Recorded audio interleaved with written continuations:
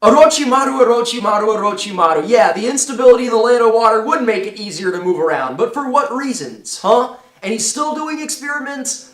Like, people forget this is the guy who killed the third Hokage, that absolutely destroyed Konohamaru's life for like a couple days when he was running away from everybody crying. People forget that he's wrecked like the lives of hundreds of families, but nobody seems to care because he's a good guy now. It's not that he's actually a good guy, it's just that he doesn't care. He's indifferent like he was always. That being said, whether you like Orochimaru, whether you don't, you could admit that he was looking sexy this week. And if you don't want to give Orochimaru the D, I want you to get off this video right now because I just don't respect you. I'm going to be very honest with you. Alright, let me stop, guys. So, this week's episode of Boruto, definitely a change of pace from the last couple of weeks. The crew is back in the Hidden Leaf Village, and Boruto, Sarada, Iwabe, they gotta pay for the fact that, well, they were out there causing trouble, and at the end of the day, they didn't let Chojuro do his job. So, you got Boruto here making up an entire story about what happened there, when basically Chojuro reported honestly as to what happened,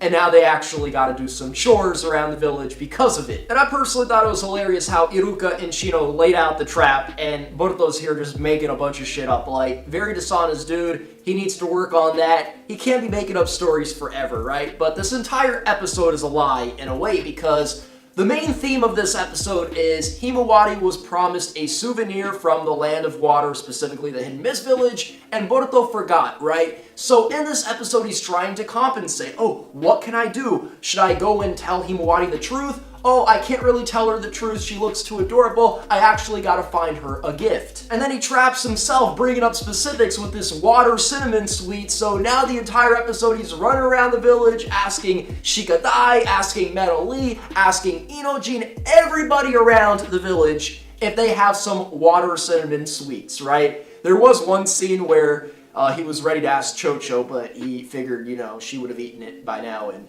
I think that would make sense. I mean, it's Chocho, right? She, like, eats 10 bags of chips every 5 minutes. I'm well aware of the fact that not everybody's going to enjoy this episode. It's going to be hit or miss. I think hardcore Boruto fans will enjoy this, right? And if you are a hardcore fan, grab some tea, lie down, watch the episode on your tablet or whatever.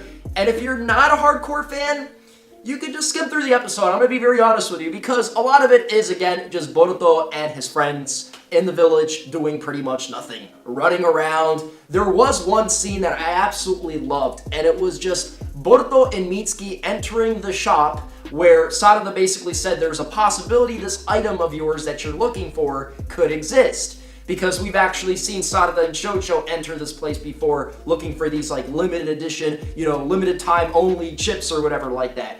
And guess what, man? They found what they were looking for, and we've got Mitsuki here just grabbing the lady. Like, what is wrong with you, Mitsuki? Like, I mean, because I don't like this lady by any means. She's just a... You don't grab this old lady because you know what you do? You give me the impression that if Boruto asked you to, like, throw this lady out the damn shop or whatever, you would do it. And she could die. She's an old lady, right? Maybe she lands wrong or something, and Mitsuki would be like, oh, whoops, sorry.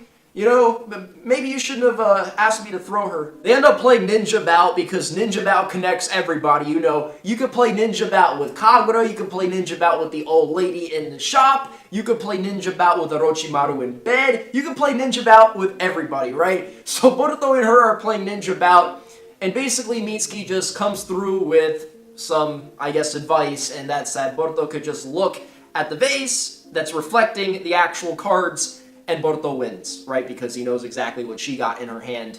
He can make plays against that. But Boruto decides to be the stand-up guy, even though I wouldn't have been the stand-up guy in that situation. Like, I promised my little sister that gift. I'm gonna get that gift by any means, right? And if I win Ninja Bout and this old lady says, like, too bad, like, I was just messing with you, like, I'm not actually gonna give you the cinnamons, I'm gonna have Mitsuki, like, launch this, like, to another village, like, just boom! Because you never know with somebody like her. She's unstable. You don't know if she's going to give you the cinnamons. You don't know if she's going to give you the cinnamons. Like, at the end of the day, you need to get the cinnamons. So, if I was Boruto, I would totally cheat. I would totally be looking at the reflection, knowing exactly what's in her hand, so I can make sure I win that game. Instead, what he decides to do is tell the lady to reshuffle, and she's like, you know what, I'm in such a spoiled mood, get out! And then she gives them the cinnamon box. But that was not promised.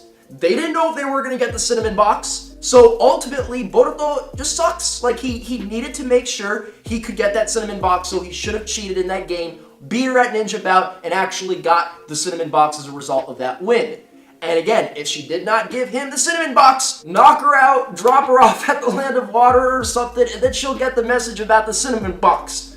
Alright, I know I'm being extreme, alright? I'm just saying, like, I would care more about my little sister's feelings than her, alright? Not only do I just hate her, like, she just sucks, but, like, she's a terrible businesswoman. Like, I know once you hit a certain age, you probably don't care. She probably just runs that store for fun. But then again, she's still running a business. And it's like, if someone wants to buy something from your shop, you sell it to them. What's the problem? Why do you gotta make this big deal? Why do you gotta call people trash? Like, she started with the insults, and I'm the kind of person, like, don't start anything, alright? Like, I don't start anything. But the second that somebody starts something with me, I got to end it, right? So that's the thing, like, had she not called Boruto trash, had she not went off on the two, and granted, I don't think that, gives Mitsuki the right to just grab her like that. But again, she should have started with the attitude. Like, what's her problem? I never in a million years thought that when I'd be reviewing Boruto, I'd be talking about old ladies and cinnamon boxes and Mitsuki lifting them up. By the way, guys, don't take anything I just said seriously. I'm joking, of course. I would never, throw an old lady out of her shop. Now, at the start of the episode, Boruto and his class are on the ship on the way back to the Hidden Leaf Village, and Boruto's kind of sad that, Kagura isn't there to give his farewells, especially since he went the extra mile to save him and bring him back from the new Seven Swordsmen of the Mist, obviously saving his life multiple times, because who knows what would have happened to Kagura had he stuck with these guys. Shisuma's absolutely crazy. And that's another thing, I'm a little bit disappointed that we didn't touch up on Shizuma Hoshigaki's backstory, his character, and maybe his ties to, like, Kisame or some other powerful members. It just seemed like they brought this guy from nowhere, they gave him Kisame's last name, he's a part of the clan, right? But, like, there's nothing more to him. And I really wish there was something more to these guys. Instead, now they're all sitting in this, like, cell, and the only reason they're sitting in that cell is so that basically word doesn't get out that there was a coup in the Hidden Mist Village, and if that happened, Orochimaru said that everything would go back to the Dark Ages. Either way, those guys sucked, and so did Kagura to some degree. Now, by the end of the episode, Boruto receives a letter from Kagura saying that he ran away from the truth, he blamed everything on his environment, and hopefully in the future he can grow, and the next time they meet, he will be a stronger person. And Boruto's here just cringing at this response, like, why did this dude just, give me a bro hug, or, give me a bro fist or whatever? Well, why you gotta come with this, like, deep message or whatever? And we also see Kagura slicing that paper in the water. It's like one of the big tasks that he had in this episode. Listen, all I could say about the situation is I hope we see Kagura again in the future. I do hope he wields the Hiramekirai. That's the one thing he wants to prove to himself, like him being worthy to, wield a sword.